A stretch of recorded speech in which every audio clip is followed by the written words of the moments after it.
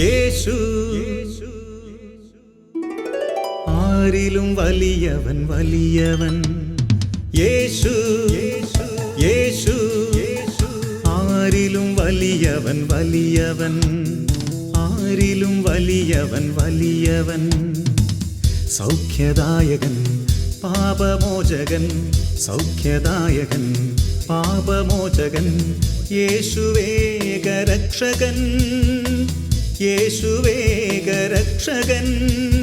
കരുണാമയൻ സ്നേഹഗായകൻ. കരുണാമയൻ സ്നേഹഗായകൻ. യേശു യേശു ആരിലും വലിയവൻ വലിയവൻ. ആരിലും വലിയവൻ വലിയവൻ.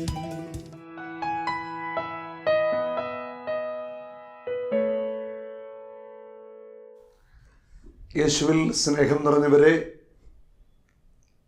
കർത്താവിൻ്റെ വചനം കേൾക്കുവാനായി നമുക്ക് വീണ്ടും ഒരവസരം കൂടി അവിടുന്ന് ഒരുക്കുകയാണ്. അവിടുന്ന് തൻ്റെ പ്രവൃത്തികളെല്ലാം ചെയ്യുന്നത് വചനത്തിലൂടെയാണ്. വചനം അയച്ചുകൊണ്ട് അവിടുന്ന് വരെ വിനാശത്തിൽ നിന്ന് വിടുവിച്ചു. സങ്കീർത്തനം 107:20.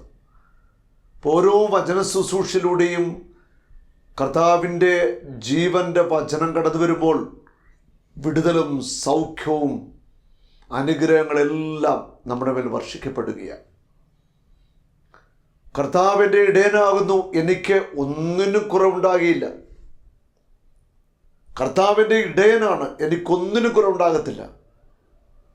എന്നെ ഒന്നിനും കുറവുണ്ടാകാത്തവണ്ണം പരിപാലിക്കുന്ന ഒരു ദൈവമുണ്ട്. എനിക്ക് ഒന്നിനും കുറവുണ്ടാകാത്തവണ്ണം എന്നെ കാത്തുപരിപാലിക്കുന്ന നല്ലവനായ കാരുണ്യവാനായ ഒരു ദൈവമുണ്ട്. നമ്മുടെ കുറവുകൾ പരിഹരിക്കപ്പെടണമെങ്കിൽ നിരന്തരമായിട്ട് ദൈവത്തിൻ്റെ വചനം പഠിക്കുകയും വചനം വായിക്കുകയും വചനം ധ്യാനിക്കുകയും വേണം. വചനമാണ് നമ്മുടെ കുറവുകളെ നികത്തുന്നത്. കർത്താവിൻ്റെ ഇടയനാണ്, ഒന്നിനും കുറവുണ്ടാകാത്തവണ്ണം അവിടുന്ന് എന്നെ പരിപാലിക്കുക. എൻ്റെ ജീവിതത്തിൽ ഒരു കുറവുണ്ടാകാത്തവണ്ണം. കുറവുകളുണ്ടെങ്കിൽ അത് നികത്തുന്നവൻ എൻ്റെ യേശുവാണ്. നിന്റെ ബലഹീനതകളിൽ നിന്നെ ബലപ്പെടുത്തുന്നവൻ യേശുവാണ്. യേശു കുറവുകളും ബലഹീനതകളും ഉള്ളവരെയാണ് തൻ്റെ അപ്പസ്തോല സമൂഹത്തിലേക്ക് തിരഞ്ഞെടുത്തത്. അതിൽ പ്രധാനിയായിരുന്ന പത്രോസ് പലപ്പോഴും നമുക്കറിയാം ഒത്തിരിയേറെ ബലഹീനതകളുള്ള വ്യക്തിയായിരുന്നു. കൊട്ടാരമുറ്റത്തിരുന്നു കൊണ്ട് ഏതാനും സ്ത്രീകളുടെ മുൻപിൽ ഗുരുവിനെ നിസ്സാരമായിട്ട് തള്ളിപ്പറഞ്ഞ പത്രോസ് ബലഹീനനായിരുന്നു, കുറവുകളുള്ള വ്യക്തിയായിരുന്നു. കർത്താവ് തിരഞ്ഞെടുക്കുന്ന കുറവുകളുള്ളവരുടെ കുറവുകളെ നികത്തുന്നത് കർത്താവ് യേശു ക്രിസ്തുവാണ്. മനുഷ്യൻ്റെ ദൃഷ്ടിയിൽ, ലോകത്തിൻ്റെ ദൃഷ്ടിയിൽ ഒത്തിരി കുറവുകൾ കർത്താവ് തിരഞ്ഞെടുക്കപ്പെട്ട കർത്താവിൻ്റെ വേലക്കാർക്കുണ്ടാവാം. പക്ഷെ കർത്താവിൻ്റെ വേലക്കാർക്ക് കുറവുകളുണ്ടെങ്കിൽ ആ കുറവുകളെ നികത്തുന്നതും ആ കുറവുകളിൽ അവരെ നിർത്തിക്കൊണ്ട് അവരെ ശക്തമായിട്ട് ഉപയോഗിക്കുന്നതും പരിശുദ്ധാത്മാവായ ദൈവമാണ്. ഹല്ലേലൂയ. കർത്താവ് തിരഞ്ഞെടുത്ത മനുഷ്യരെല്ലാവരും കുറവുകളുണ്ടായിരുന്നു. പൂർണ്ണനായിട്ട് ഒരാളേ ഉള്ളൂ, ദൈവം. ആ പൂർണ്ണനായ ദൈവം തൻ്റെ പുത്രനെ നമുക്ക് നൽകി. ഒരു കുറവുകളുമില്ലാത്ത പുത്രനെ ജനം കുരിശിലേറ്റി. അവൻ്റെ കുരിശുമരണത്തിലൂടെ നമ്മുടെ കുറവുകളെല്ലാം അവൻ ഏറ്റെടുത്തു കഴിഞ്ഞു.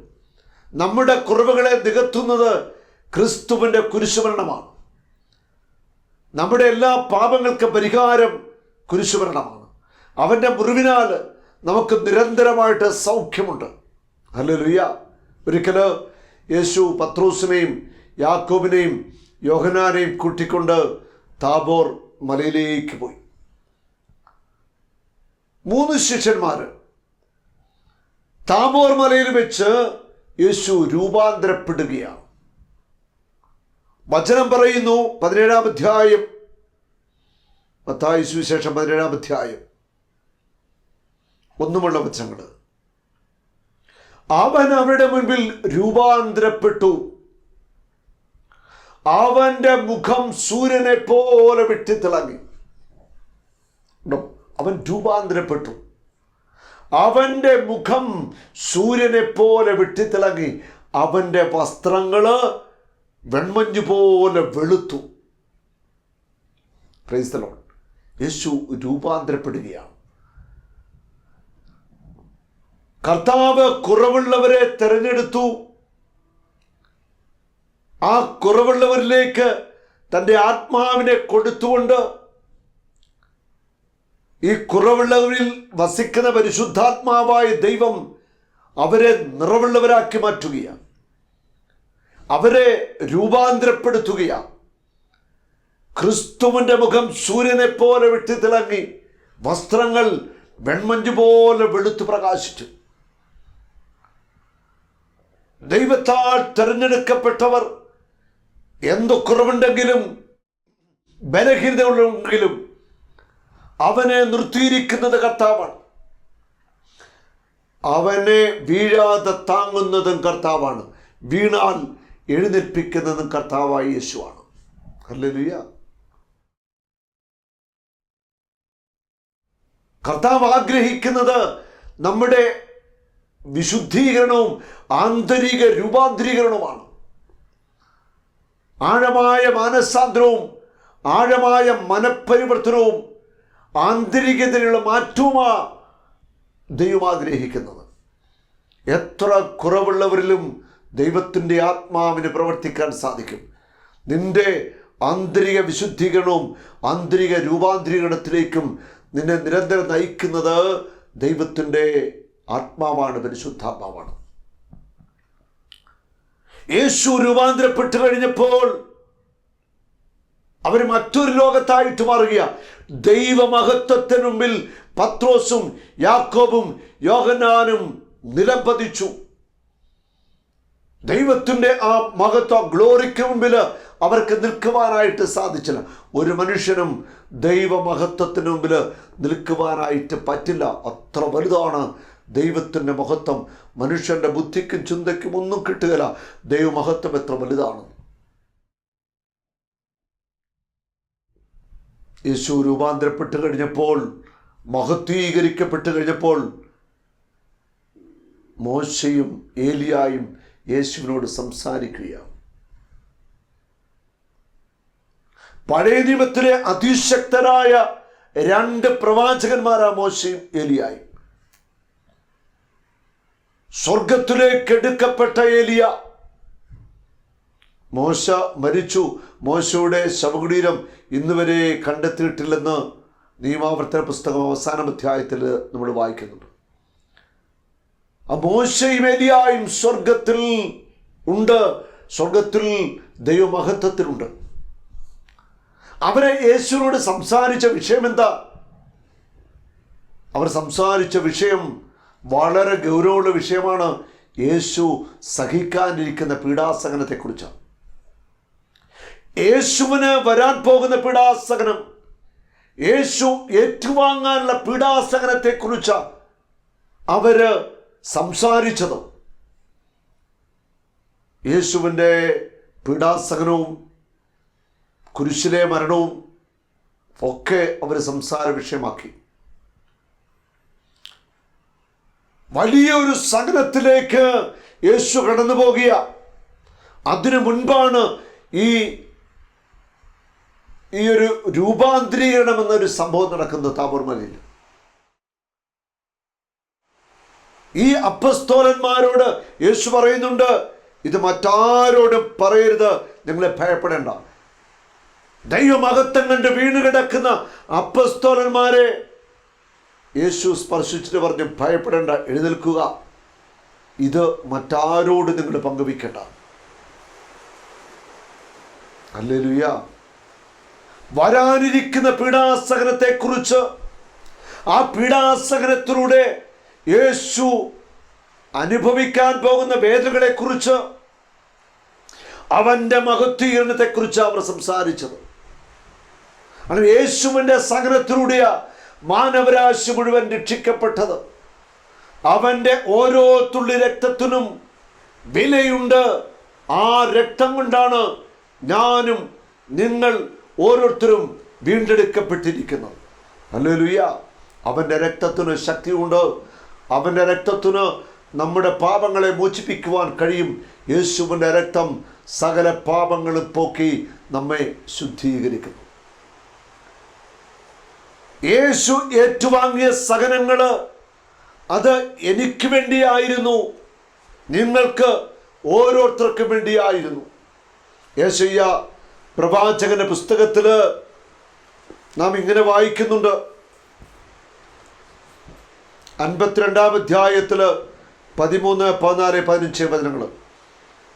എൻ്റെ ദാസന് ശ്രേയസ്സുണ്ടാകും, പീഡാസഹനത്തിനു ശേഷമുള്ള ഉയർപ്പ്, അവൻ്റെ മഹത്വീകരണം. എൻ്റെ ദാസന് ശ്രേയസ്സുണ്ടാകും, അവൻ അത്യുന്നതങ്ങളിലേക്ക് ഉയർത്തപ്പെടുകയും പുകഴ്ത്തപ്പെടുകയും ചെയ്യും. അവൻ മരണത്തെ തോൽപ്പിച്ച് കല്ലറെ തകർത്ത് 3-ാം ദിവസം ഉയർത്തെഴുന്നേറ്റു. അവൻ പുകഴ്ത്തപ്പെടുകയും ചെയ്യും. ഇന്ന് ലോകമെമ്പാടും ജനകോടികൾ 140ഓളം കോടി ജനങ്ങൾ യേശുവിനെ ആരാധിക്കുന്നു, യേശുവിനെ മഹത്വപ്പെടുത്തുന്നു. വിശ്വാസികൾ, സഭയിൽ വിശ്വസിക്കുന്നവർ. ഇതുകൂടാതെ യേശുവിനെ കുറിച്ച് അറിഞ്ഞവരും വ്യക്തിപരമായിട്ട് അനുഭവിച്ചവരും എത്രയോ വിജാതിരികളാണ് ഹൃദയത്തിൽ ക്രിസ്തുവിനെ രക്ഷകനായി നാഥനായി സ്വീകരിച്ച് ആരാധിച്ച് പുകഴ്ത്തുന്നത്. നമ്മുടെ വിശ്വാസത്തിൻ്റെ കാതലായ കേന്ദ്രം യേശുവിൻ്റെ പീഡാസഹനവും അതിനുശേഷമുള്ള ഉയർപ്പുമാണ്. ഉയർത്തെഴുന്നേറ്റ യേശുവിനെയാണ് നമ്മൾ ആരാധിക്കുന്നത്, നമ്മൾ പുകഴ്ത്തുന്നത്. മാനവരാശി മുഴുവൻ വാഴ്ത്തുന്ന ദൈവത്തിൻ്റെ പുത്രൻ കർത്താവായ യേശു ക്രിസ്തു. അവനിലൂടെയാണ് നിത്യജീവൻ, അവനിലൂടെയാണ് രക്ഷ, അവനിലൂടെയാണ് എല്ലാം നമുക്കായിട്ട് ദൈവം ഒരുക്കിയിരിക്കുന്നത്. അവനെ കണ്ടവർ അമ്പരന്ന് പോയി, മനുഷ്യനെന്ന് തോന്നാത്ത വിധം അവൻ വിരൂപനായിരിക്കുന്നു. അവൻ്റെ രൂപം മനുഷ്യൻ്റേതല്ല. അവൻ അനേകം ജനതകളെ പരിഭ്രാന്തരാക്കും, രാജാക്കന്മാർ അവൻ മൂലം നിശബ്ദരാകും.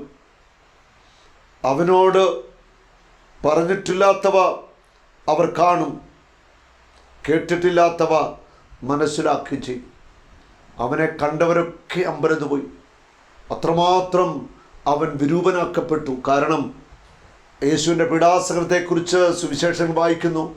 അവൻ്റെ താടിരോമങ്ങൾ വലിച്ചു പറിച്ചു, മുഖത്ത് തുപ്പി, മുഖത്ത് അടിച്ചു, ശിരസ്സിൽ മുൾമുടി അടിച്ചിറക്കി, ചമ്മട്ടുകൊണ്ട് ശരീരമെല്ലാം അടിച്ചു തകർത്തു, മുറിവേറ്റു, ഉടുവസ്ത്രങ്ങൾ ഉരിഞ്ഞു മാറ്റി കുരിശിൽ തറച്ചു, പരിഹസിച്ചു, അപമാനിച്ചു.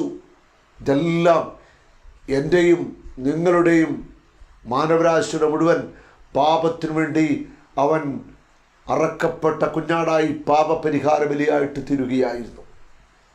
അവനെ കണ്ടവർ അമ്പരന്ന് പോയി. കാരണം അവൻ്റെ മുഖത്തിൻ്റെ ശോഭയൊക്കെ നഷ്ടപ്പെട്ടു, മുറിവേറ്റ മുഖം.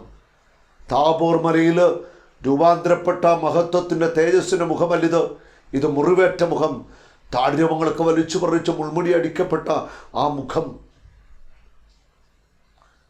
അവൻ്റെ മുറിവിനാൽ എനിക്ക് നിങ്ങൾക്കും സൗഖ്യമുണ്ട്. അത് ശരീരത്തിനും മനസ്സിനും ആത്മാവിനും നിൻ്റെ ഓർമ്മകൾക്കും എല്ലാ മേഖലകളിലും സൗഖ്യം അവൻ തരുകയാണ് അവൻ്റെ ആഴപ്പെട്ട മുറിവിനാൽ. യേശയ്യ 53:4 പറയുന്നു, അവൻ നിന്ദിക്കപ്പെട്ടു, നാം അവനെ ബഹുമാനിച്ചില്ല. അവനെ എല്ലാവരും നിന്ദിച്ചു, നാം അവനെ ബഹുമാനിച്ചില്ല. ഇന്ന് ലോകത്തില് എത്രയോ മനുഷ്യരാ ദൈവപുത്രനായ യേശുവിനെ നിന്ദിക്കുന്നത്. തിരിച്ച് സോഷ്യൽ മീഡിയയിലൂടെ അനേകർ യേശുവിനെയും അവൻ്റെ നാമത്തെയും അവൻ്റെ സഭയെയും അവൻ്റെ അഭിഷിക്തരെയും തേജോവധം ചെയ്യുന്നു. ഇതിനൊക്കെ അവർ കണക്ക് കൊടുക്കേണ്ടി വരും. അതൊരു യാഥാർത്ഥ്യം തന്നെ. അവൻ നിന്ദിക്കപ്പെട്ടു, ഇന്നും അവൻ നിന്ദിക്കപ്പെട്ടുകൊണ്ടിരിക്കുക. ക്രിസ്ത്യാനികളിലൂടെ തന്നെ അവൻ നിന്ദിക്കപ്പെടുന്നു, പരിഹസിക്കപ്പെടുന്നു, സമൂഹത്തിൽ അപമാനിക്കപ്പെടുന്നു. ക്രിസ്ത്യാനികൾ തന്നെയാണ് ക്രിസ്തുവിനെ ഇന്ന് തെരുവിലിട്ട് പീഡിപ്പിക്കുന്നതും വലിച്ചു കീറുന്നതും. സഭയുടെ മക്കൾ തന്നെ ഒരുപക്ഷെ നമ്മൾ എത്രയോ വേദനിപ്പിക്കുന്ന സംഭവങ്ങൾ, അനുഭവങ്ങൾ കാണുന്നു, കേൾക്കുന്നു. ഒത്തിരി വേദനയുണ്ട്. യഥാർത്ഥത്തിൽ യേശുവിനെ സ്നേഹിക്കുന്നവർക്കും യഥാർത്ഥ വിശ്വാസികൾക്കും ഒത്തിരി ഹൃദയവേദനയുണ്ട്.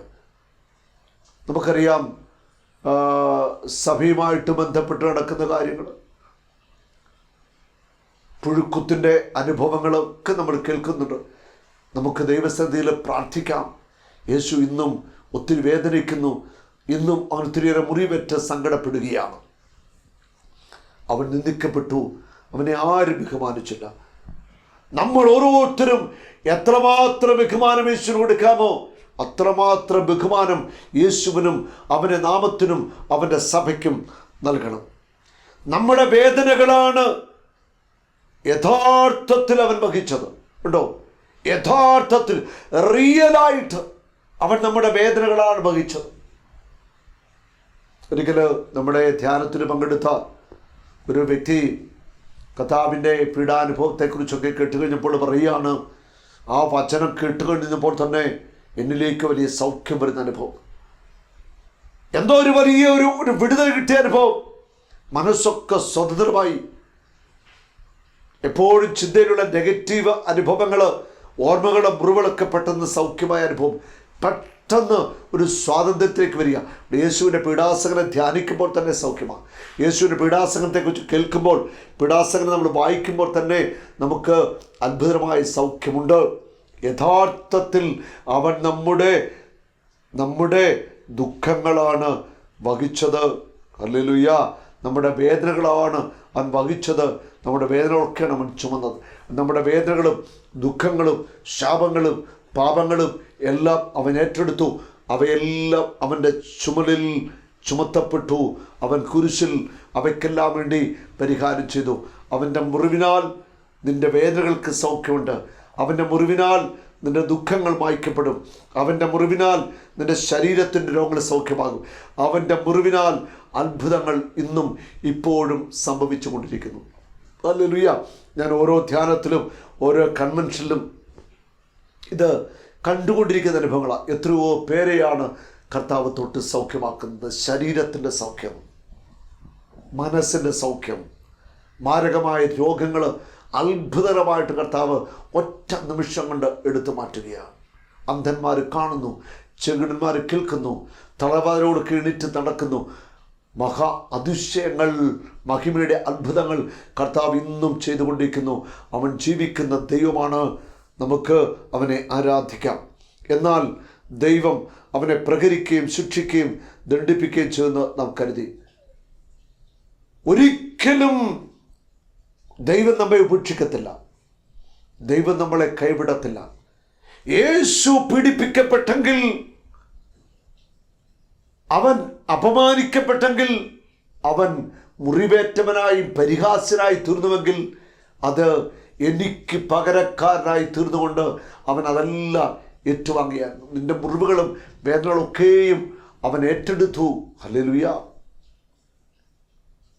ദൈവപുത്രനായ യേശു ക്രിസ്തുവിലൂടെ നിനക്ക് സകല സൗഖ്യങ്ങളും സകല നന്മകളും സകല അനുഗ്രഹങ്ങളും ദൈവം ഒരുക്കി വെച്ചിരിക്കുക.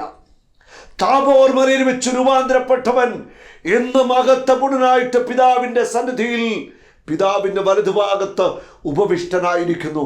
നിങ്ങൾക്കറിയാമോ, അവൻ്റെ ശരീരത്തിൽ ഇന്നും മുറിവുകൾ ഉണ്ട്. പുനരുത്ഥാനം ചെയ്ത യേശു തൻ്റെ ശിഷ്യ സമൂഹത്തിന് പ്രത്യക്ഷപ്പെടുന്നു. അപ്പസ്തോലനായ തോമസിനോട് പറയുന്നുണ്ട്, എൻ്റെ മുറിവുകൾ നീ കാണുക, ഈ മുറിവിൽ നിന്റെ വിരൽ ഇടുക, നിന്റെ കൈകൾ എൻ്റെ വിലാവിലെ മുറിവിലേക്ക് വയ്ക്കുവാൻ യേശു പറഞ്ഞു. ഉയർത്തെഴുന്നേറ്റ യേശുവിൻ്റെ ശരീരത്തിൽ ഇന്നും മുറിവുകൾ ഉണ്ട്, ഉണങ്ങാത്ത മുറിവുകൾ ഉണ്ട്. ആ മുറിവ് നിന്റെ ആന്തരിക സൗഖ്യത്തിന് വേണ്ടിയാണ്, നിന്റെ മനസ്സിൻ്റെ സൗഖ്യത്തിന് വേണ്ടിയാണ്, നിന്റെ ഓർമ്മകളിൽ അവരുടെ സൗഖ്യത്തിലാണ്. അതുമാത്രമല്ല, നിന്റെ ശരീരം അനുഭവിക്കുന്ന രോഗത്തിൻ്റെ സൗഖ്യത്തിനു വേണ്ടിയ അവൻ ഇന്നും ആ പച്ചയായ മുറിവുകൾ സഹിക്കുന്നത്. ഹല്ലേലൂയ. ഉയർത്തെഴുന്നേറ്റ യേശു തൻ്റെ മുറിവുകൾ അവർക്ക് കാണിച്ചു കൊടുത്ത് അവരെ ബോധ്യപ്പെടുത്തുകയാണ്. ഹല്ലേലൂയ. അവൻ്റെ മുറിവിനാൽ നിനക്ക് സൗഖ്യമുണ്ട്. അവൻ്റെ മുറിവിൽ നിന്റെ ദുഃഖങ്ങളും വേദനകളും ഏകാന്തതയും മുറിവുകളും തിരസ്കരണങ്ങളും ഒക്കെ ചേർത്ത് വെച്ച് കൊടുക്കുക. ആ മുറിവിലൂടെ ഒഴുകുന്ന രക്തം നിന്നെ സൗഖ്യത്തിലേക്ക് നയിക്കും. അവൻ്റെ മുറിവിലൂടെ ഒഴുകുന്ന സ്നേഹത്തിൻ്റെ പ്രവാഹത്തിൽ നീ പൂർണ്ണമായിട്ട് സൗഖ്യമുള്ളവനായിട്ട് മാറും. നീ എത്ര പാപം ചെയ്ത വ്യക്തിയാണെങ്കിലും യേശുവിൻ്റെ ഹൃദയത്തിൽ നിനക്കിടമുണ്ട്. നീ എത്ര തീരാ രോഗിയാണെങ്കിലും യേശുവിൻ്റെ മുറിവിലൂടെ നിനക്ക് സൗഖ്യമുണ്ട്. യേശു നിന്നെ തൊടും, ഉറപ്പാണ്. താബോർ മലയിൽ വെച്ച് രൂപാന്തരപ്പെട്ട യേശു ആ മഹത്വം കണ്ട പത്രോസും യാക്കോബും യോഹന്നാനും ഒക്കെ പിന്നീട് ഉയർത്തെഴുന്നേറ്റ യേശുവിനെയും അവൻ്റെ മുറിവിനെയും കാണുന്നുണ്ട്. നമുക്കറിയാം, ആദ്യമായിട്ട് വധിക്കപ്പെടുന്നത് യാക്കോബാണ്. അപ്പോസ്തലർ 12 വായിക്കുന്നുണ്ട്, യാക്കോബിന്റെ തല വെട്ടി അവർ കൊന്നു. കർത്താവിൻ്റെ മഹത്വം താബോർ മലയിൽ കണ്ട യാക്കോബിന്റെ തല വെട്ടിക്കൊന്നു. ഹല്ലേലൂയ. രക്തസാക്ഷിയായി തീർന്നു. പത്രോസ് കാരാഗ്രഹത്തിൽ കിടക്കുകയാണ്. അവിടെ തൻ്റെ അപ്പസ്തോലന്മാര് സാക്ഷികളായിട്ട് മാറി. കാരണം അവർക്ക് സാക്ഷ്യം കൊടുക്കുവാൻ യേശുവിനെ നേരിട്ട് കണ്ട അനുഭവം, അവൻ ചെയ്ത അത്ഭുതങ്ങൾ, അടയാളങ്ങൾ, ഉയർത്തെഴുന്നേറ്റ യേശുവിനെ കണ്ടു. അനേക തവണ അവൻ്റെ മുറിവ് കണ്ടു. അവരെല്ലാവരും അസാധാരണമായ രക്തസാക്ഷിത്വത്തിലേക്ക് ദൈവശക്തിയുടെ മനുഷ്യരായി സമൂഹമധ്യത്തിൽ വലിയ അടയാളങ്ങളും അത്ഭുതങ്ങളും ചെയ്ത് യേശു ക്രിസ്തുവിന് വലിയ സാക്ഷ്യം കൊടുക്കുന്നവരായിട്ട് മാറി. അവർ ധീര രക്തസാക്ഷികളായിട്ട് മാറി. ഹല്ലേലൂയ. നമുക്ക് അവൻ്റെ പീഡാസഹനത്തെ ധ്യാനിക്കാം. അവൻ്റെ മുറിവിനെ നമുക്ക് ധ്യാനിക്കാം. അവൻ്റെ ആത്മാവ് നമ്മളെ രൂപാന്തരപ്പെടുത്തും. താബോർ മലയിൽ വെച്ച് അപ്പസ്തോലന്മാര് കണ്ട മഹത്വമേറിയ ക്രിസ്തുവിൻ്റെ ആ രൂപം, ആ മഹത്വമേറിയ ക്രിസ്തു നമ്മുടെ ഉള്ളിൽ വസിക്കുന്നു, നമ്മോട് കൂടെ വസിക്കുന്നു. മഹത്വത്തിൻ്റെ രാജാവ്, സർവശക്തനായവൻ നമ്മുടെ കൂടെയുണ്ട്. അവൻ മാറ്റങ്ങളില്ലാത്ത ദൈവമാണ്. നമ്മളെയും അവൻ രൂപാന്തരപ്പെടുത്തും. അവൻ്റെ സ്വർഗീയ മഹിമയിൽ നമ്മളെയും പങ്കുകാരാക്കും. നമുക്ക് ആഴമായ അനുതാപത്തിലേക്ക് വരാം. നിർമ്മലമായ വിശുദ്ധമായ ഒരു ജീവൻ നയിക്കാം. നമുക്ക് പ്രാർത്ഥിക്കാം. യേശുവേ, അങ്ങയുടെ ആത്മാവിനെ അയച്ച് ആഴമായ ഒരു വിശുദ്ധീകരണവും ഒരു രൂപാന്തരീകരണവും എനിക്ക് നൽകണമേ. എന്നെയും പുതിയ സൃഷ്ടിയാക്കണമേ. നമുക്ക് പ്രാർത്ഥിക്കാം.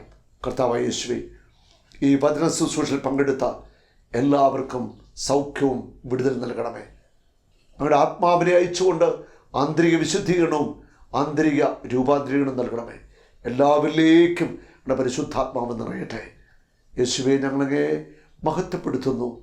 പുനരുദ്ധാനം ചെയ്തവനെ അങ്ങേ ഞങ്ങൾ ആരാധിക്കുന്നു.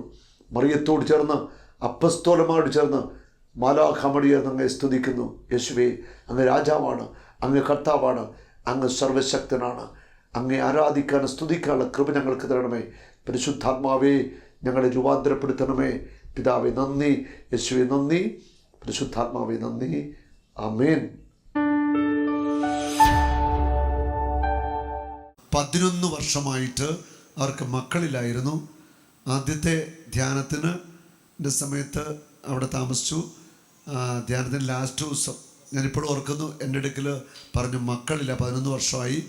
ഞാൻ ഇവർക്ക് വേണ്ടി പ്രാർത്ഥിച്ചിട്ട് വചനം പറഞ്ഞു കൊടുത്തു. എന്നിട്ട് പറഞ്ഞു, അടുത്ത വർഷം നിങ്ങൾക്ക് ഉറപ്പായിട്ടും ഒരു കുട്ടി ഉണ്ടായിരിക്കും, അല്ലേ?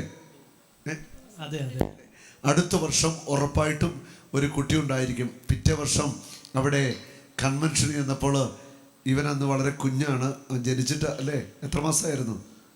2-3 മാസം. ഇവൻ്റെ പേരിന് എമ്മാനുവൽ. അത് തന്നെ. എമ്മാനുവിൽ നിന്ന് 3 മാസമേ പ്രായമുള്ളൂ. ഇവനെയായിട്ട് സാക്ഷ്യം പറഞ്ഞു. ഇപ്പോൾ എത്ര വയസ്സായി? ഇപ്പോൾ 5 വയസ്സ് പ്രായമായി. ആ സാക്ഷ്യം നമുക്ക് കേൾക്കാം. ഞങ്ങളുടെ വിവാഹം നടക്കുന്നത് 2006-ലാണ്. അതിനുശേഷം ഒരു 11 വർഷത്തോളം ഞങ്ങൾക്ക് കുട്ടികളില്ലായിരുന്നു. ഞങ്ങൾ വിദേശത്തായിരുന്നു. പക്ഷെ ഞങ്ങൾ ആ കല്യാണം കഴിഞ്ഞ ശേഷം 1 വർഷം കഴിഞ്ഞിട്ട് കുട്ടി മതി എന്ന് ഞങ്ങൾ തീരുമാനിച്ച്, അത് ഇയാൾക്ക് അവിടെ വരേണ്ടതുള്ളത് കൊണ്ടായിരുന്നു. പക്ഷേ ഞങ്ങൾ അങ്ങനെ മാറ്റിവെച്ചപ്പോൾ ഞങ്ങൾക്ക് 11 വർഷം ഞങ്ങൾ കാത്തിരിക്കേണ്ടി വന്നു. ദൈവം അത് ഒരുക്കിയതായിരിക്കാം. അങ്ങനെ നമ്മളുടെ സമയമല്ല, ദൈവത്തിൻ്റെ സമയത്ത് ദൈവം ആഗ്രഹിക്കുമ്പോഴാണ് ഉത്തരഫലം നൽകുന്നത്. ഞങ്ങൾ അങ്ങനെ എടുത്ത തീരുമാനം തെറ്റായിരുന്നുവെന്ന് പിന്നീട് ഞങ്ങൾക്ക് മനസ്സിലായി. അതിനുശേഷം ഞങ്ങളവിടെ ജോലിയൊക്കെ വിട്ട് നാട്ടിൽ വരുമ്പോഴാണ് ബ്രദറിൻ്റെ ഒരു ധ്യാനം ഞങ്ങളുടെ നാട്ടിൽ നടക്കുന്നത് എന്നറിഞ്ഞത്. അപ്പോൾ ബ്രദറും ടീമും വന്നപ്പോൾ ഞങ്ങൾ ആ വീട് വിട്ടുകൊടുക്കുകയായിരുന്നു.